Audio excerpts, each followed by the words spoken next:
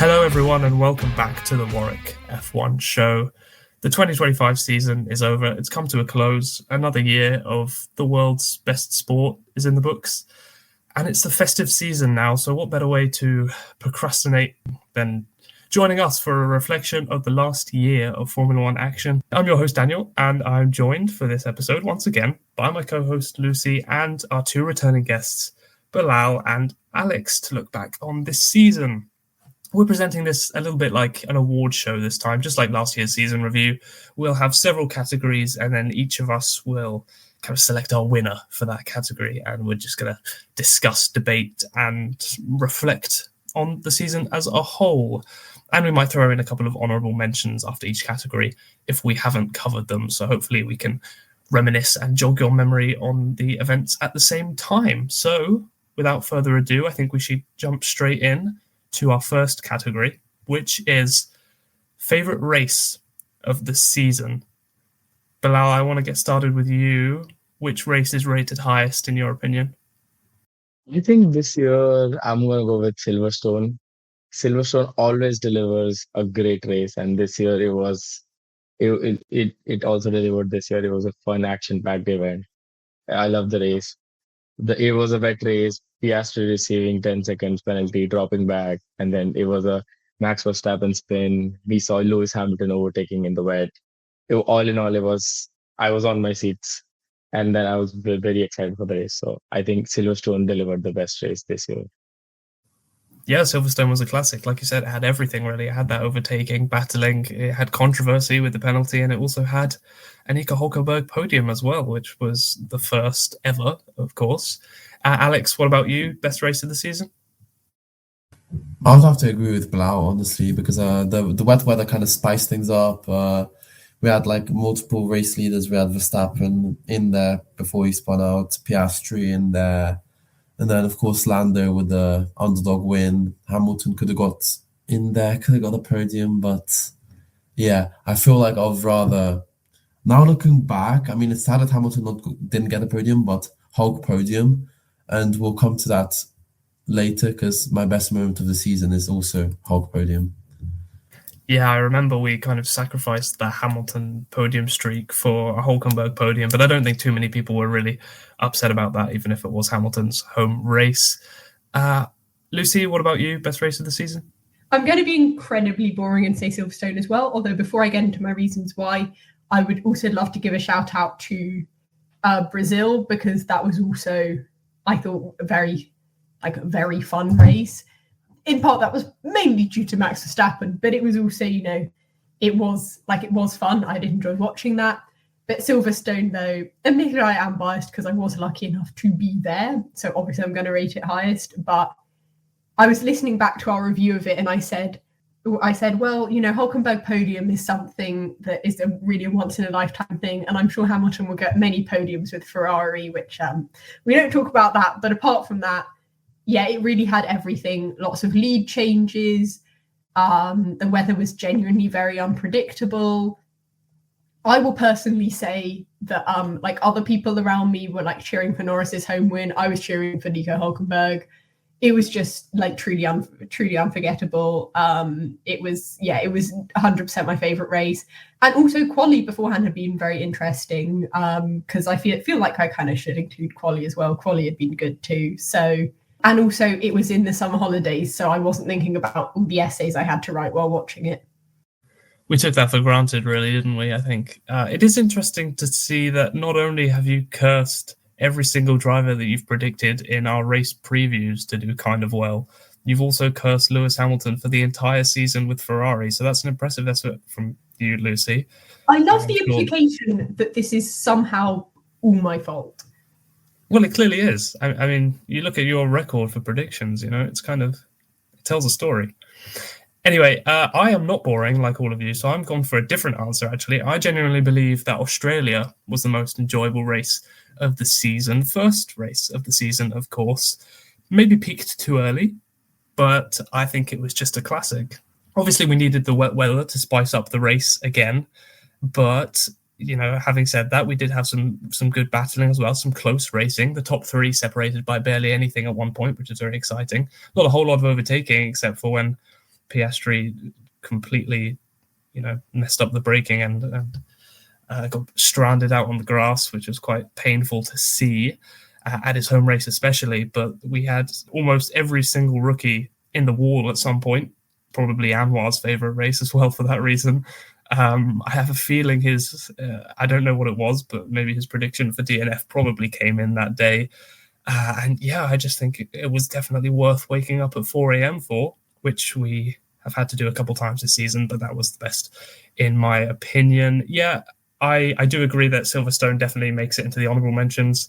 The Brazil sprint was pretty chaotic as well, if only for the number of shunts that we saw that made it quite chaotic. But Brazil always gives good racing as well, so there was some of that.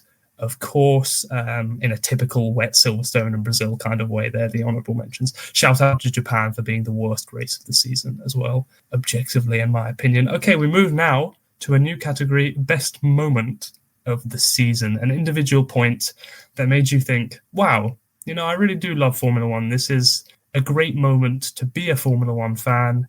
Bilal, what was your moment of the season? Honestly, there were so many good moments this season, as you guys all mentioned, that there was a Hulkenberg podium. There was also Isaac Hadja, who was on podium at some point. And then all of the rookies, Antonelli got a sprint pole as well.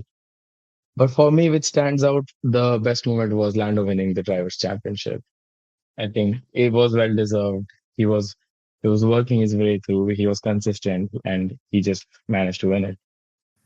Yeah, you stole my moment, Bilal. That was also my moment of the season. I just think crowning a new world champion is always special in its own way. Of course, Formula One's only done it 35 times in its whole history. And I think the fact that, Lando Norris is such an emotional human being as well, and made the celebrations all the more sweet because it was just that release of all the tension and all of the sacrifices that they've made culminating in that moment. Watching any driver win is special, but Fernando, having been through so much, not only over the course of his season, but also over the course of his whole career. There's a stat, I think he has the 4th longest career in F1 history before becoming world champion. So, it's that journey, right, that makes it so sweet to get that championship. Alex, what about you, your moment of the season? I would say Hulk podium. Like Lucy said, it's a thing that all Formula One fans strive for, and it's a worthy sacrifice of a Hamilton podiumless season. Because surely, I know people are saying that the Ferrari engine's going to be trash, but surely Hamilton will get the podium next season because he had a good 24 season. Remember when people said, "Oh, Hamilton will never win a race again," but then he won 2 races in 2024. So, yeah, good point. I think that was one of the best moments of the season, made it to my honourable mentions. Lucy, how about your moment of the season? I think we all know what my moment of the season is going to be. It was, of course, and this does slightly pain me as an Oscar Piastri fan, but more importantly, I'm a Williams fan. So it was obviously Baku 2025, Carlos Sainz podium, first podium for Williams in 4 years. I was ecstatic. I was so happy. I couldn't stop smiling. I would also then like to shout out Baku Quali because of the chaos, but also because of the fact that specifically in our top 3, we had Max Verstappen, who at the time was on a run, but was by no means the Max Verstappen who ended up finishing 2 points behind winning the championship. Then in P2, you have, of course, Carlos Sainz, who fortunately kept that podium. I was so stressed. And then also in P3, you had Liam Lawson. So you had Max Verstappen dropped by Ferrari, dropped by Red Bull. It felt like a redemption quali. It felt Liam Lawson ended up finishing P5. It was so great. I loved it. The race admittedly boring? Yes, but Baku 2025 result, you have my heart.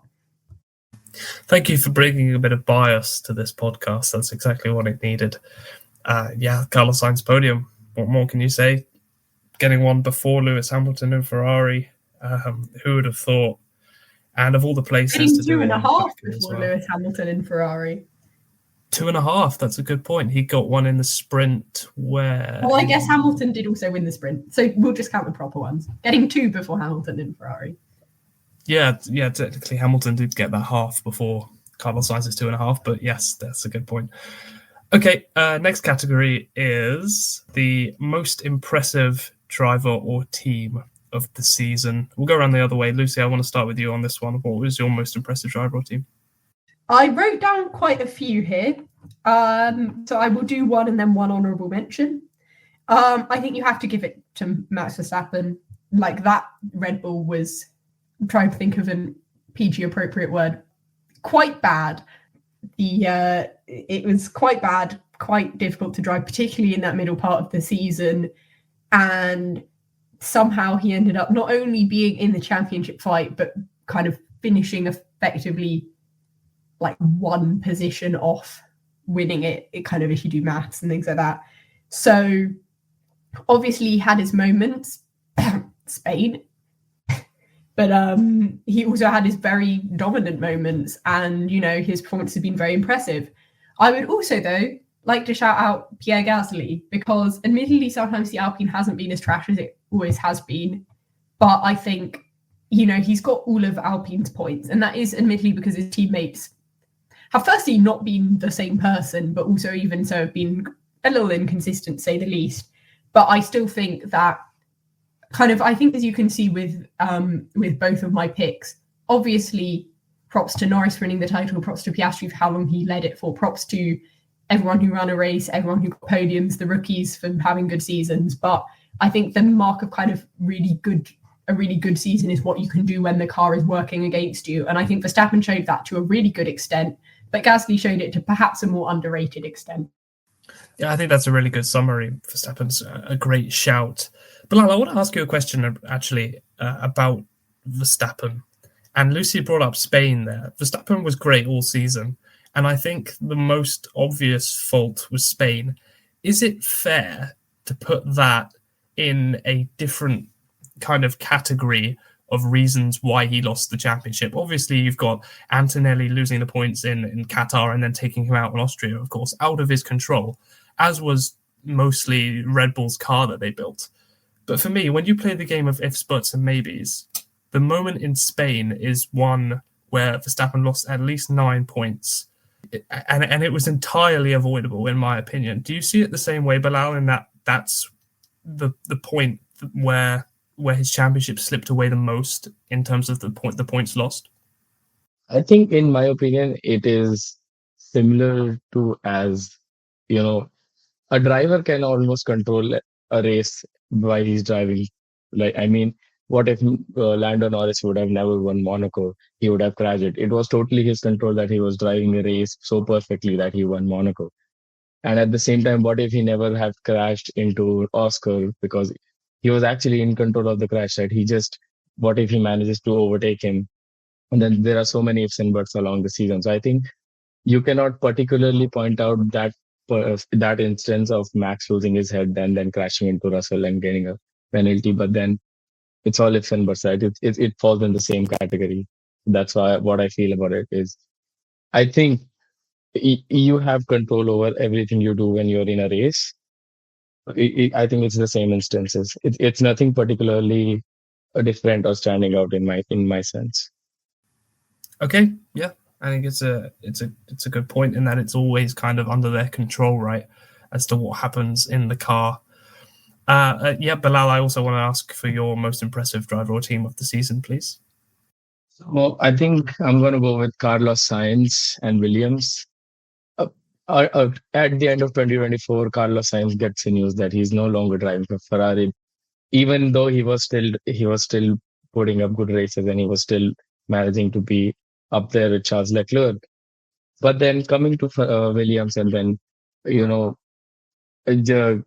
settling into a new team, getting to know all the people, and then managing to get podiums, 2 podiums in fact, and then having a good season, and then actually Williams finishing P5 in the constructors, whilst they were nowhere, they finished P9. I think that really stood out for me. Then how he managed to come up with the new team.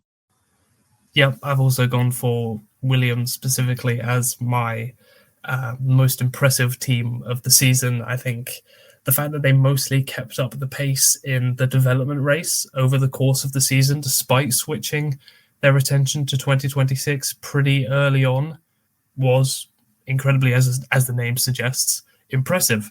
And I think, although I think they did keep some resources on 2025 when they saw that they had a good car. Obviously, Albon finished very high up in Australia. I want to say 4th or 5th.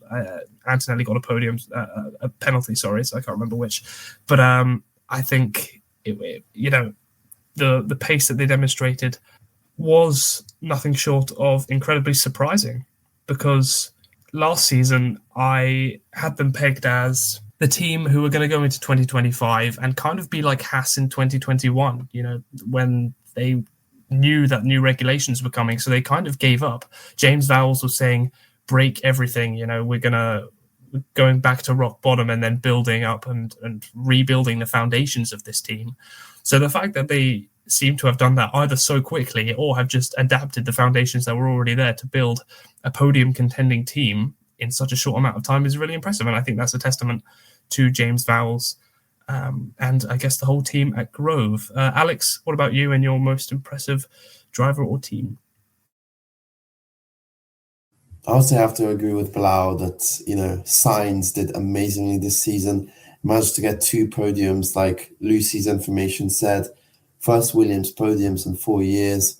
Got one in Azerbaijan, and we got, of course, the most recent one in Qatar as well. And so what really, really struck to me was the fact that he managed to get back off from quite a disappointing European leg, and he managed to bounce back and get P3, P5, P3, just good results in turn at the end of the season. Even though they were individual, that did manage to propel him far up the championship order to be next to his teammates. So yeah. As for my favorite team, I went for Mercedes because they really closed out the season quite well. They were 4th in the Constructors' Championship for a long time. But then, looking at the results, George Russell, just consistent points. The only race where he didn't get points was Monaco. And of course, Antonelli with his amazing set of podium results near to the end of the season. And yeah, just a good, consistent team which managed to eke out Red Bull and Ferrari for second. Yeah, the battle for P2 in the Constructors was really heating up towards the end of the year, right? I love how 3 of us have mentioned Sainz or Williams in this category, and then the one who hasn't is the Williams fan. In my defence, it was because I didn't know we were also picking favourite teams. I figured that if we were picking favourite teams, it would go unsaid who I thought the best team this season was. And it is, of course, the team that went from P9 to P5, got 2 podiums, I still think they could have been on for a podium at Imola, maybe had Leclerc not made some interesting defending decisions, but this is not what we're talking about. And so yeah, I just kind of figured I didn't need to say that Williams were the best team this season. Yeah, fair. I mean, these are incredibly open categories. I meant it as driver or team, but you could have put, Derek Warwick in there and said he's been the most impressive in the stewards room, and I wouldn't really have minded if you could justify it. So, these are very open. Whatever you want goes. Honourable mention. I think there are quite a few rookies who have been really impressive this season. We have a category for best rookie, so I won't go into them. But I think you could have put any one of probably 3 rookies as being very impressive this season. But moving along to our next category, we have the exact opposite of most impressive, which is biggest disappointment. We're bringing the tone down. This is a driver team or just anything that disappointed you about the Formula One season in 2025. Bilal, I want to start with you. What disappointed you? Okay, I'm going to put this out there. It was Lewis Hamilton. The aura around the transfer from Mercedes to Ferrari was exponential.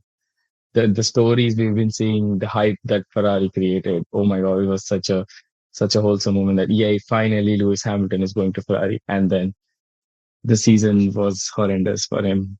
Consistent Q1 out in the later part of the season. And then I feel like Ferrari really did not manage to, actually ride the hype train. And I think Lewis Hamilton was the biggest disappointment of the season. It was a big one for sure for Lewis Hamilton.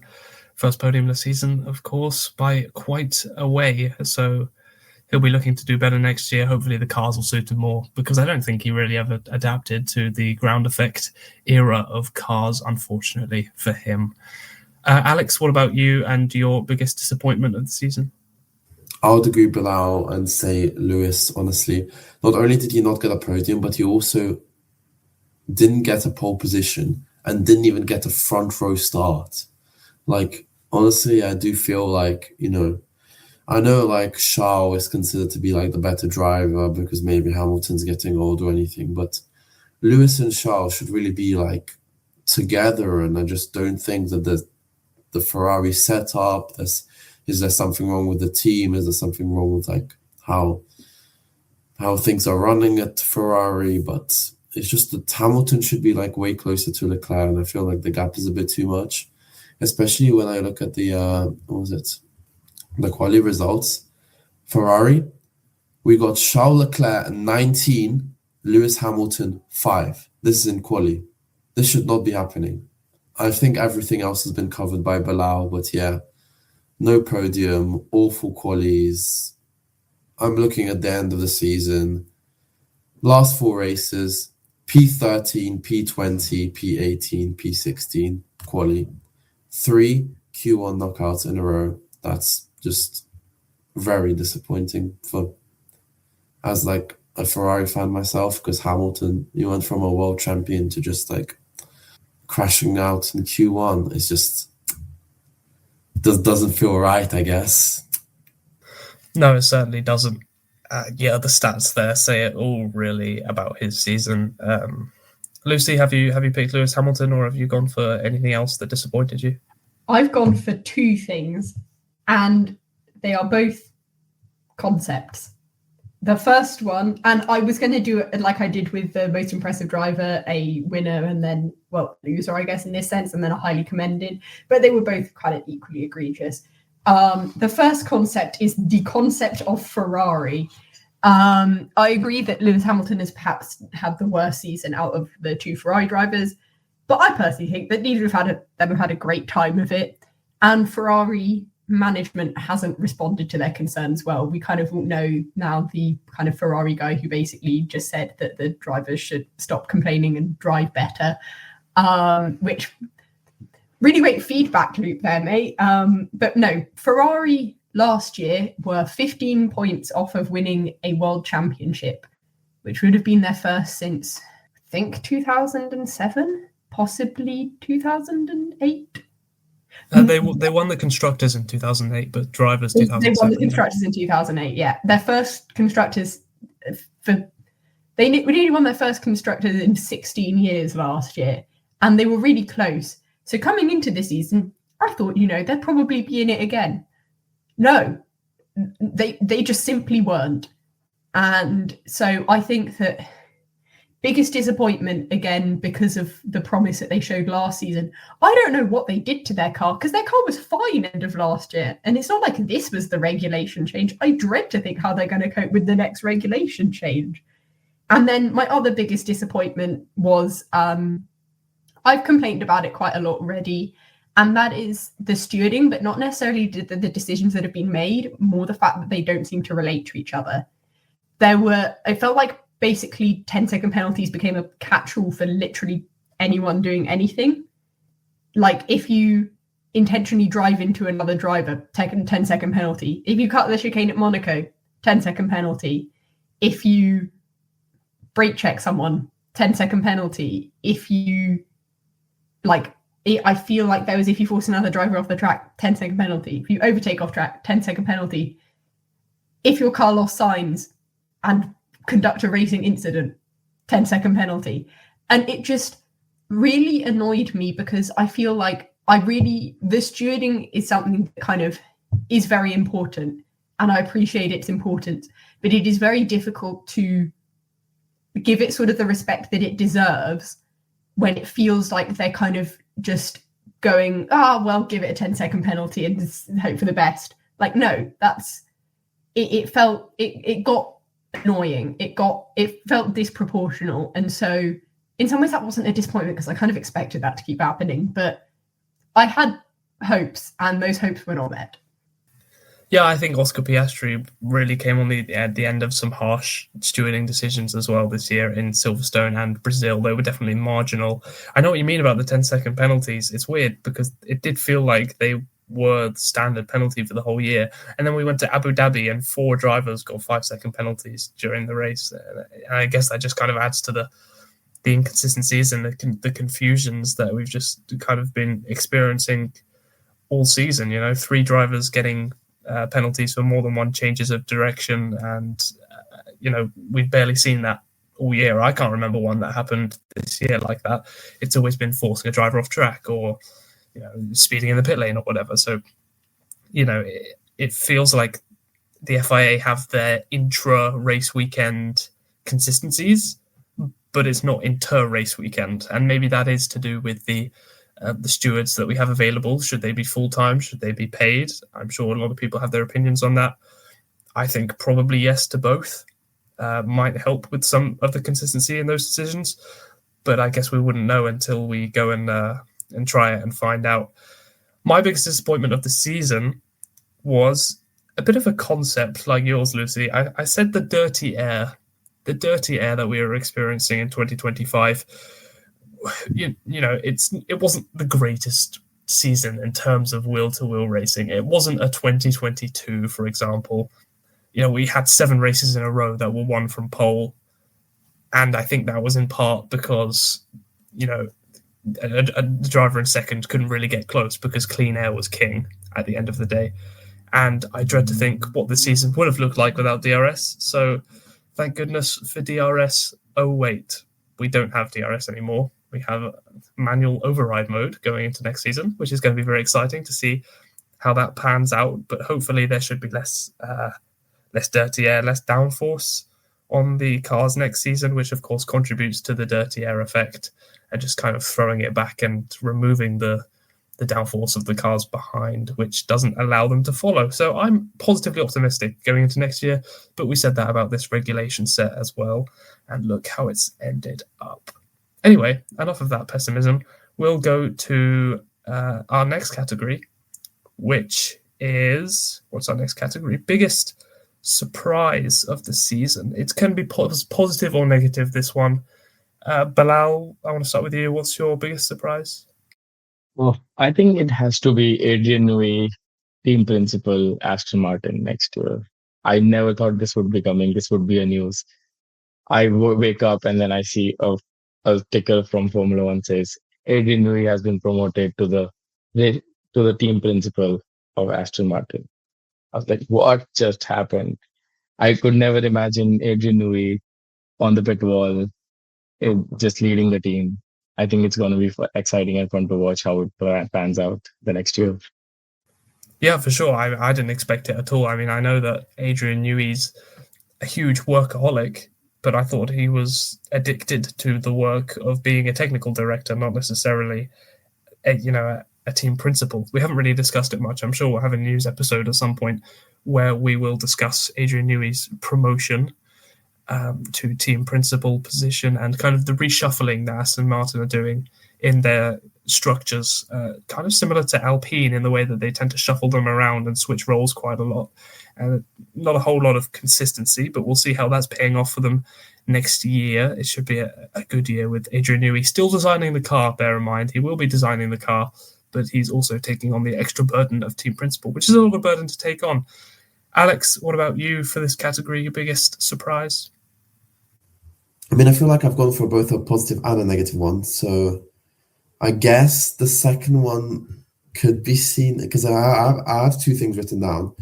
Like second one could be seen as positive or negative. I've written down that it is negative because the F1 community have sort of bantered it as negative. But the first one is Tsunoda being way worse than Perez. So I thought initially that the gap between Verstappen and Perez in 2024 was so bad that it could never be repeated again. And now this season comes.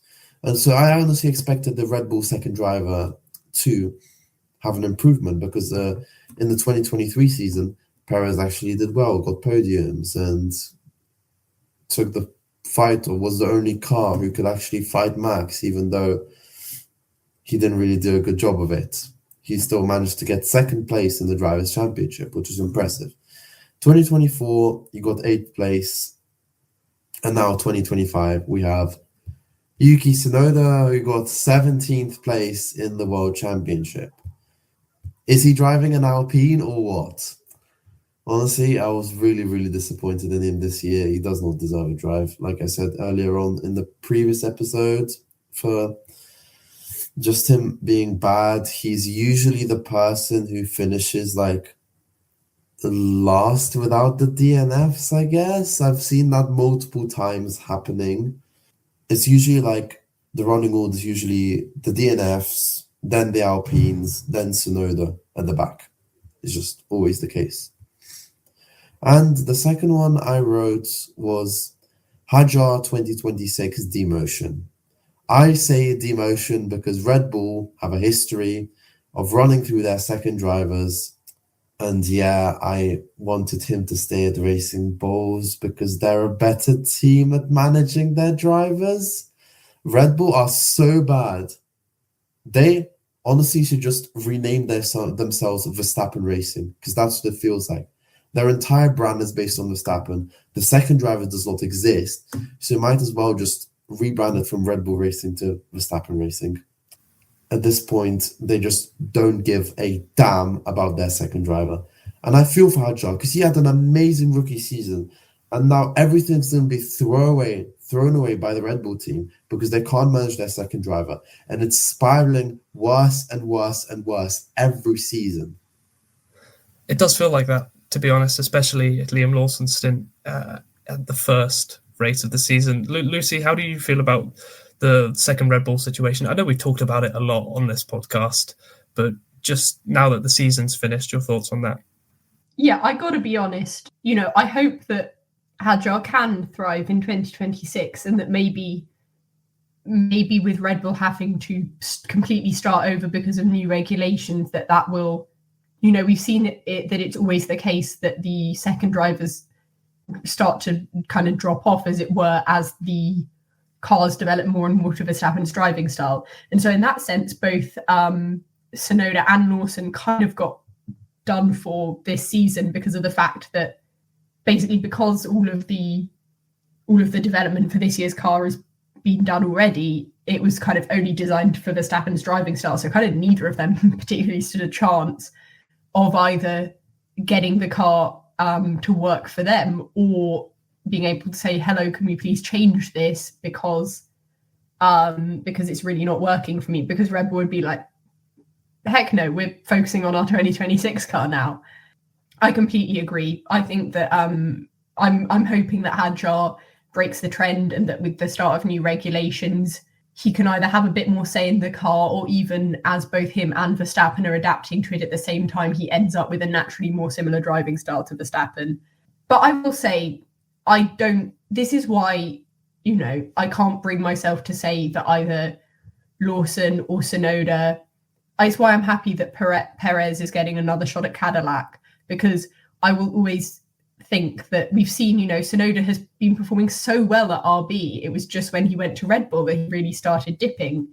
And that for that reason, I kind of can never really bring myself to say that somebody doesn't deserve a seat because they've had a rough time at the Red Bull senior team. Because to be honest, I think most drivers would struggle in that seat, and that it's kind of, at the end of the day, there's only so much that it can come down to lack of natural talent or whatever you attribute it to, and a lot of it is to do with the environment that they're in. Yeah, it is entirely possible that it's the culture of Red Bull that's kind of let it get to this point. And I guess, I'm quite optimistic for next year's car and its drivability for Isaac Hadjar. I think, given that it's a new set of regulations, a lot of the personnel who were involved in developing this year's car, like Horner and Newey to a lesser extent, are now have vacated their positions within Red Bull. Bilal, do you think that's gonna play a role? Do you think that Red Bull have kind of come to their senses under Laurent Marquise's directorship and they're going to make a car that's more drivable for both drivers? Or is it that the culture is still going to ring through as Verstappen's team, and he's the only one who's going to be kind of listened to in the development talks? What do you think? I think, in my opinion, I'm gonna I'm gonna look around for one more year after Lauren Mickey's coming in, Helmut Marko going out. I feel like there should be a change, but then I can't really say for sure what's gonna happen in the Red Bull. But I hope they just it's a new dawn for Red Bull since Christian Horner's not there anymore. Lauren Mickey's has been the main man. Helmut Marko also going out, so they should definitely make some changes. But I think it's going to be a slow progress over the years, and we won't see changes immediately. But then I really hope the second driver gets all of the chances, and I think it's good. I think Isaac Hadjar, definitely get what he wants from the second Red Bull seat, and I hope they do not ruin his career. Yeah, but I think it's still very early to say what's going to be like in the Red Bull garage. It is for sure. Yeah, I'm hoping for Hadjar that he gets a good shot at it, because he's definitely got the pace, right? We've seen that this season. He's probably been the quickest rookie on pure pace. I know it's hard to evaluate, but he's been, consistently up there as well. Lucy, I don't believe we've had your biggest surprise yet. We've spent a lot of time on this segment discussing Red Bull. We've got quite sidetracked. What's your biggest surprise? Yeah, well, I mean, arguably both of mine are also to do with Red Bull, so I got to apologise for that. Firstly is kind of depressing if you think about it. Jack Doohan lasting longer in his seat than Liam Lawson did. I kind of thought both of them might end up getting fired. I kind of thought Doohan would be the one to go first, but no. And especially since Lawson got fired one race after I said, well, he's having a bit of a rough time at the moment, but I think Red Bull know that it takes some time to develop, and so they'll give him at least a couple more races. Yeah, I'm sorry, Liam. I fear I cursed you there. And then my second one is just the entirety, seemingly, of Red Bull upper management getting fired. Like, I did not see that coming. I mean, I'm not mad about it because, as we kind of said, Red Bull kind of have needed an attitude change, particularly in the way that they think about their junior team. And I wonder whether Mecky's being promoted up specifically from the junior team might have some influence on that. But I still did not see it coming. I might not be mad about it, but it was a surprise, and that is the name of the category. Yes, it fits the bill for sure. I think I remember going into the Abu Dhabi weekend, Yuki Tsunoda said something very interesting that it wasn't really picked up on very much. He said he was kind of dropped in to the Red Bull seat, of course, in a team who was in a war, I think is what he said. And if I'm not wrong, that's kind of the first time that we've heard, certainly the drivers, but even people in Red Bull kind of admit that there was a lot of, that power struggle that was rumored to be happening within Red Bull. It was very much present and kind of impacting on the team at the time. And I think it kind of culminated in Horner's dismissal, of course, which I think was a big surprise. I didn't see that coming, especially after he survived the, the onslaught that happened at the beginning of last year. I thought he was around to stay for sure. It kind of came out of nowhere in the summer that Horner was leaving. But yeah, it was very interesting, those comments about being in a team in a war. I thought told a lot about where Red Bull's season was and how they were fighting on many fronts, a Red Bull civil war perhaps, whilst they were also fighting an inter-team war. My biggest surprise of the season is nothing to do with Red Bull, thankfully, because we talked a lot about them for a while. It was a Hulkenberg podium. It's already been brought up, of course, but Nico Hulkenberg, finally getting the career podium after well over 200. I think he's got 250 starts now-ish, maybe just over. So the fact that he's only just got his first podium, it's frankly outrageous. And he did deserve one many years before now, arguably even in his third season in Brazil, of course, in 2012. But those moments slipped through his fingers. So it was so wholesome to see those podium celebrations. But it was obviously a surprise as well because Sauber were literally last in the championship last year. So I don't think anyone really saw them getting back to scoring about 70 points, I believe they scored this season, which much more than the 4 that they scored last. So well done, Sauber. Let's finally move on to the next category, which is best rookie. And I think Sauber might have some say in this perhaps as well. But Bilal, I want to start with you in asking, who was your rookie of the season? It was a close look.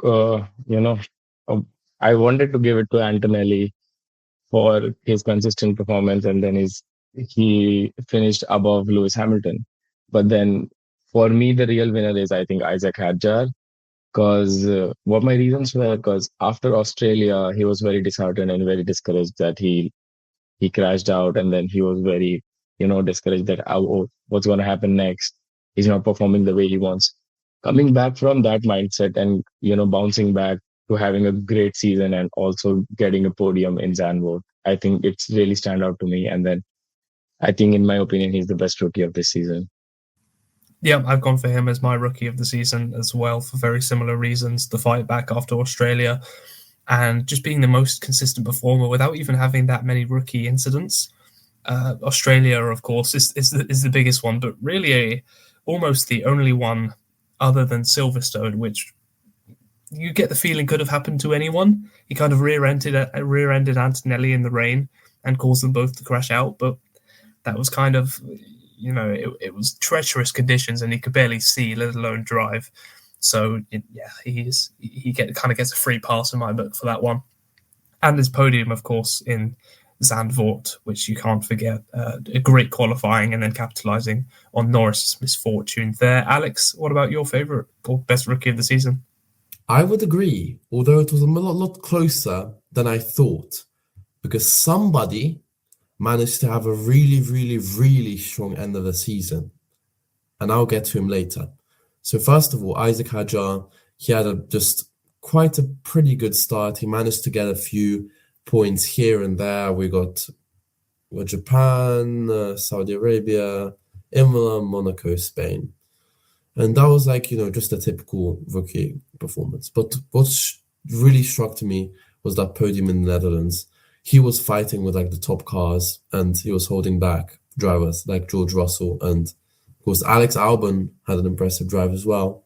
But yeah, and surprisingly, the other rookie who I'm going to mention also did really well in Zandvoort, and that is Oliver Bearman. He was quite close. It was actually if the stint of races between Singapore and Las Vegas never happened, I would have chosen Hadjar completely. And I mean, no discredit to Antonelli, but he's driving a Merc, so he's in the top team. So these sorts of results are expected, but what really impressed me with Antonelli was Brazil and Vegas. That sort of stint where front row quali converted it to second and third. To be fair, Bearman in a Haas, very impressive run of P9, P9, P4, P6, P10.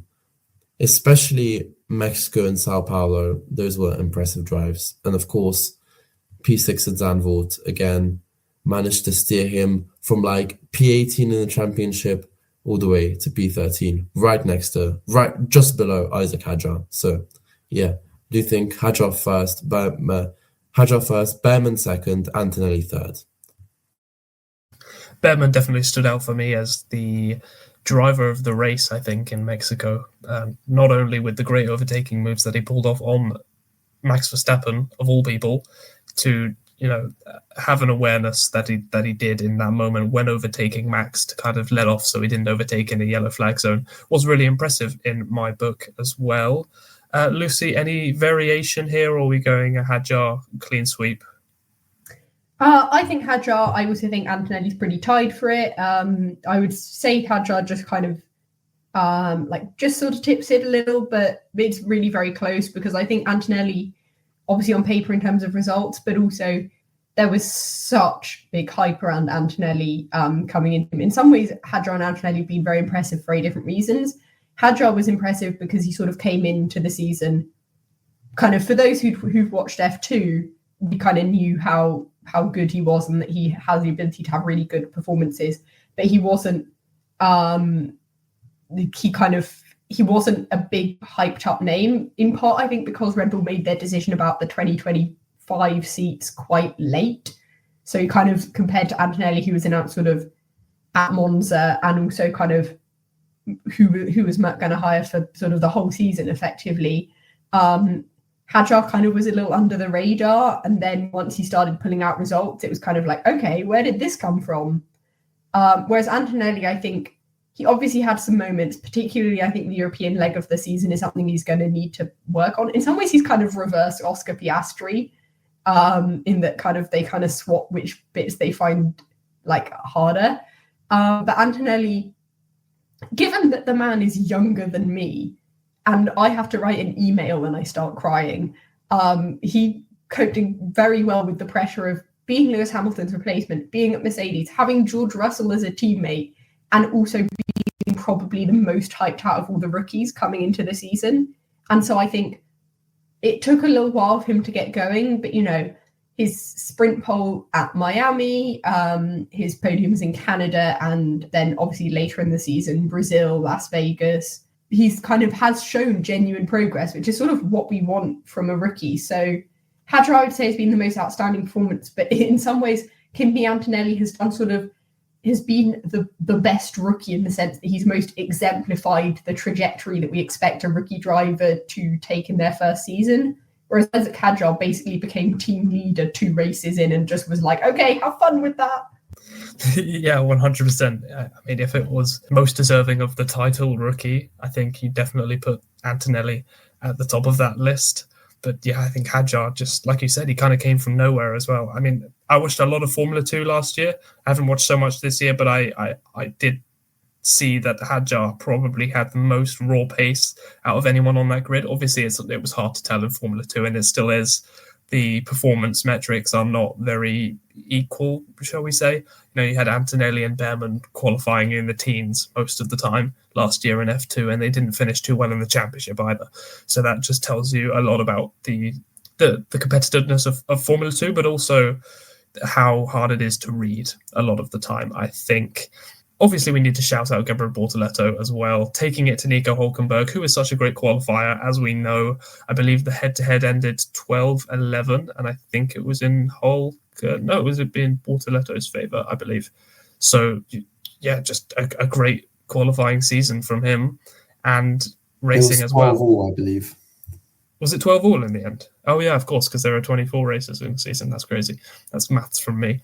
Anyway, I think Bortoleto had a great stretch of races, especially in that P6 that he got in Hungary stands out to me as a brilliant race where he just executed everything that he needed to. And also, I should say, while we're on the subject of rookies, Franco Colapinto, while he may have been possibly the worst rookie of the season, he didn't have a single DNF all season, I believe. He did have a DNS in Silverstone, but he didn't DNF. He completed most of the racing laps in the races that he had after he took over from Jag Doohan. So at least he stopped crashing, I guess, even if he wasn't exactly on Pierre Gasly's pace. Okay, next category is favourite overtake of the season. There is one for me that stands out, but first I want to hear what all of you have to say. Lucy, what was your favourite overtake? This was quite hard for me because I have to be honest, I have a very bad memory in terms of overtakes. But I specifically remember there were a couple from Zandvoort which I really liked. One was Norris's move sort of round the banked turn in Zandvoort. I remember thinking that, damn, that was really cool. But also from Zandvoort, I remember there was some debate at the time of whether Leclerc should have got a penalty. I personally don't think he should have done. And that was Leclerc's move versus Russell through, I think it was a chicane. I can't remember corner numbers. I'm so sorry. This is very unhelpful. But I would watch that overtake like on loop for about an hour because it was so fun. It was the edge of clean racing. It was two drivers giving it that absolute all. Two drivers who arguably kind of from pure performance with like sort of championship winning cars could be championship contenders in the future. Which made me excited for a potential, I don't know, maybe if Ferrari actually get their act together for 2026, a potential Russell versus Ferrari versus Leclerc championship battle, which I didn't know I was excited for. But that overtake was, I just remember thinking that it was super cool. It was annoying it came to nothing eventually due to Kimi Antonelli's interesting driving decisions, but no, it was really great to watch. And I remember thinking it was really exciting because I also didn't watch that race live. So an overtake being able to make me excited when I kind of already know what's going to happen. Like I knew that the Ferraris both DNF'd, so I knew it was meaningless, and yet I still got excited is certainly something.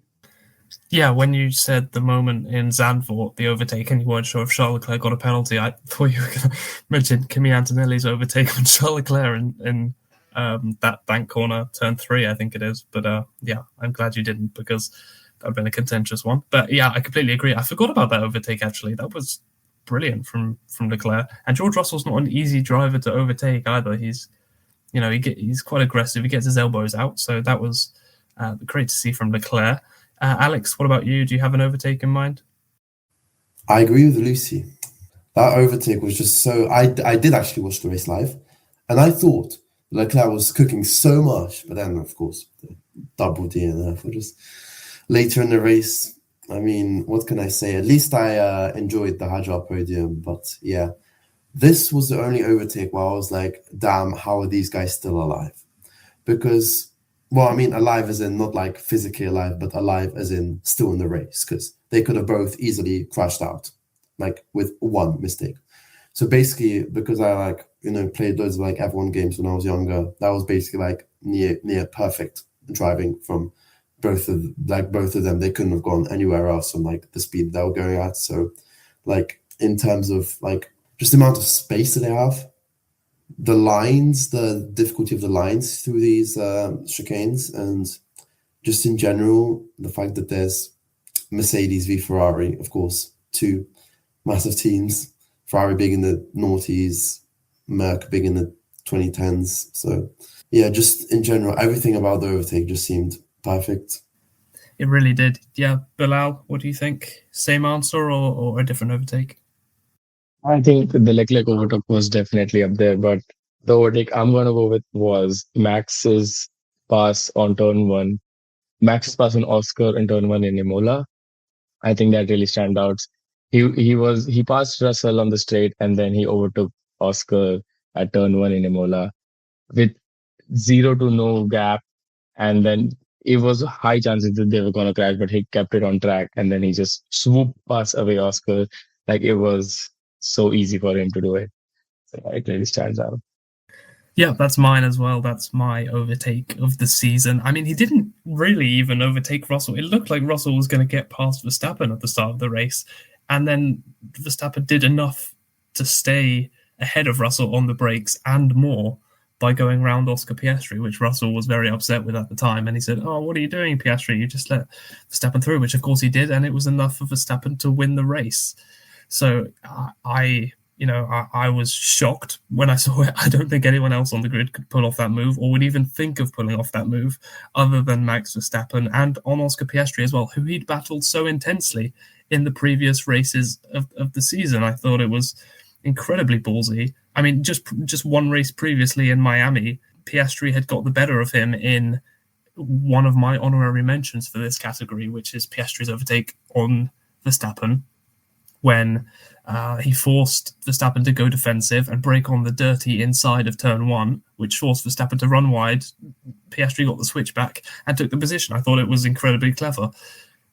And that was probably the most intelligent. But if we're talking sheer commitment, I think, Verstappen takes it for me. But there have been some great overtakes as well. Piastri's done some great ones on Hamilton around the outside, both in Australia and Jeddah. But Hamilton in Austria, I think it was as well. He went round the outside of a Racing Bull. I don't know what the corner name is, but it's a pretty fast left-hander after the back straight. And he was not even alongside when he got into the braking zone, which I thought was incredibly impressive. I urge anyone to go back and watch that one. Okay, our penultimate category of this review is the best team radio of the season. Bilal, do you have one in mind?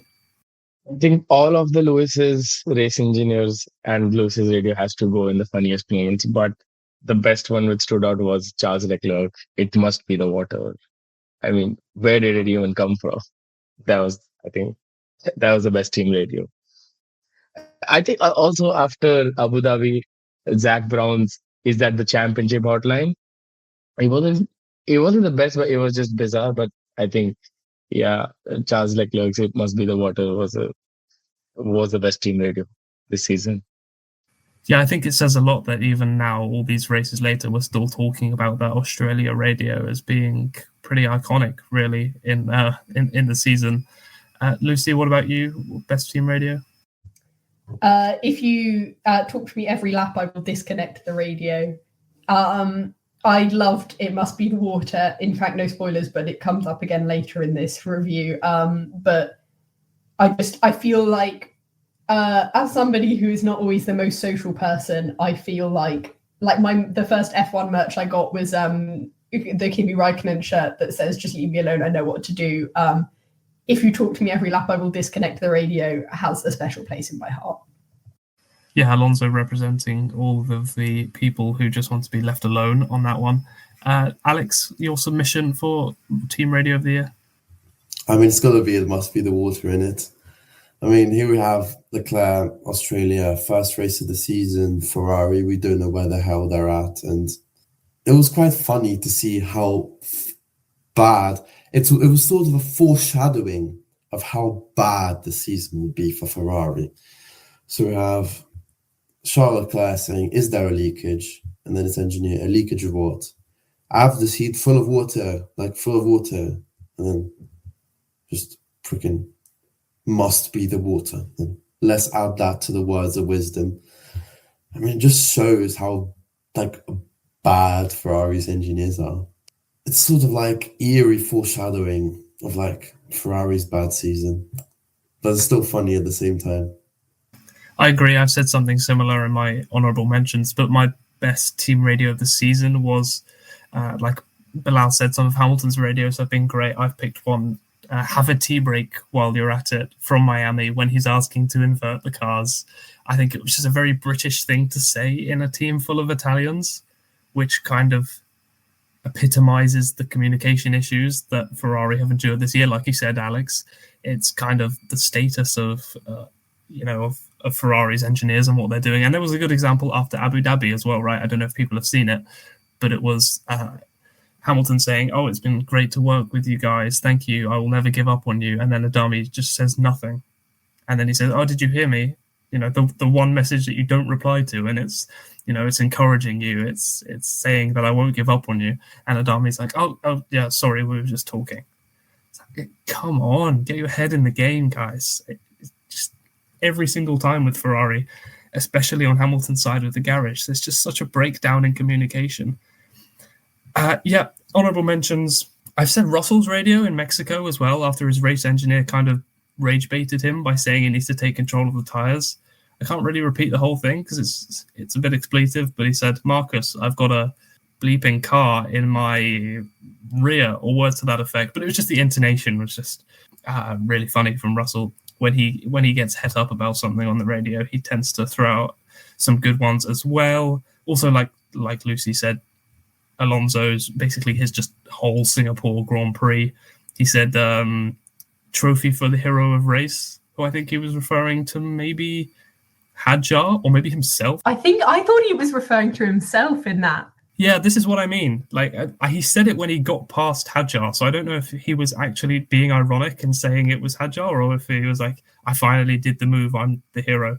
But yeah, and also his team radio after the checkered flag fell, and he was so close to overtaking Hamilton, who had no brakes, and he got very angry about not being able to do it. Okay, let's move on to our final category, which is our funniest moment of this 2025 season. Lucy, I'd like to go with you first. Do you have a funniest moment for us? Yes, I do. I have one and an honorary mention. I also think about that Alonso thing, that his kind of crash out at the end of the race was also really funny, given that Hamilton got a penalty for exceeding track limits because he had no brakes. And so Alonso ended up inheriting the place anyway. So it was just really funny because it turned out that he was just completely mad about nothing. But no, I think funniest moment, I've actually put "It Must Be the Water," and let's add that to the words of wisdom as my thing for the funniest moment. But I have funnest, I know that's not a word, funnest moment, I think it has to be the Miami Lego cars, because they were really fun to watch, but also it seemed like all the drivers were having just a great time. Also, kind of along the same lines, honorable mention to that video of of the entire Williams drivers driving the mini cars in Brazil. Firstly, them getting lost and like spinning. Secondly, their fight when they realize that like they can only one of them can drive the car, and there's that video where they both see it, and it's literally like you're watching like two like 6-year-olds fight over it. But yeah, I think Lego cars has got to be iconic. I just fear that it will never be matched unless we do it again next year. So please, Lego, please keep sponsoring F1, and please build more giant cars. And while you're at it, can I have some free Lego sets, please? Yeah, if we could get a sponsorship for Lego on the podcast, that would be great. Thank you very much. I know you're listening, so that'd be much appreciated. And that was actually my funniest moment of the season as well. The Lego drivers parade in Miami. I think, yeah, there's a whole 16-minute video on YouTube. You don't need me to explain what happened, but it was just utter chaos.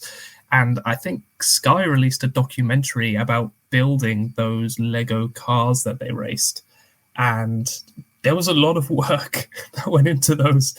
And there ended up being quite a big damage bill at the end after all 20 Formula One drivers had their say on these huge life-sized Formula One cars. But it was entertaining all the same. Probably worth it for the people who built it, because they got a lot of publicity as well. Alex, your funniest moment of the season? I mean, I would agree with that. The team radios and the Lego cars were, well, quite funny though, actually. And like I was considering them.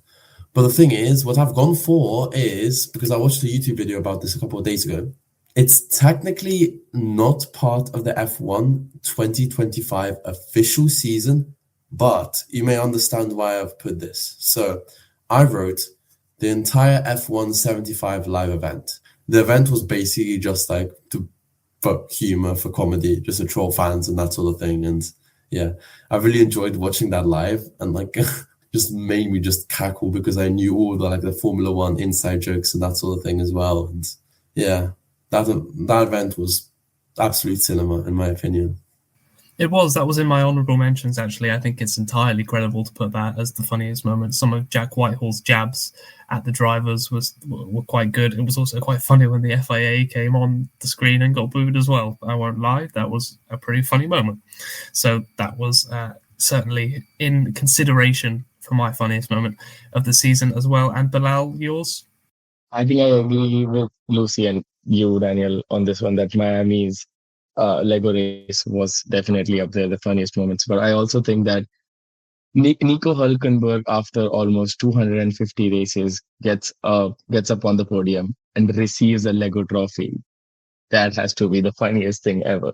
I mean, you get one chance of being on the podium and to receive a trophy after 250 races, and you receive a Lego trophy that immediately gets broken off. That was so funny. Yeah, it was. You kind of felt for him, but at the same time, yeah, it was fine. He didn't really seem to mind. Obviously, having the accolade as Formula One podium sitter mattered a lot more to him, and also he said his kids would quite like the Lego trophy as well. So, he was fine with it in the end. And I think that's it for all of our season review categories. It's been pretty long, but we've got to the end of it. I'm not just talking about this review, of course. I am talking about the season, 24 races. Every single one was exciting in its own way, and looking forward to them was exciting, and reviewing them was exciting. And ultimately, there isn't even that long to wait until 2026, and we get to do it all over again. We are, of course, saying goodbye to quite a number of things in the world of Formula One, including DRS. Sauber, the name Sauber will no longer be in a Formula One team. Yuki Tsunoda for the time being, of course. Ground effect, that era's over. Renault engines are no longer a thing in Formula One anymore. And of course, Max Verstappen's number one on his car, we're saying goodbye to at the end of this season as well. And we'll have that number one car on Lando Norris' papaya McLaren going into 2026. But yeah, that's about it from us. Once again, thank you to Lucy, Bilal and Alex for joining me for this season review. And thank you to all of you for listening to us just waffling about the season. It's been great fun. I hope you've enjoyed it as well. Make sure to join us for our content going forward into 2026. And we'll have a little news episode at some point as well to round up what's been going on in the world of Formula One since we last had a news episode. But yeah, that's about it from us. Goodbye.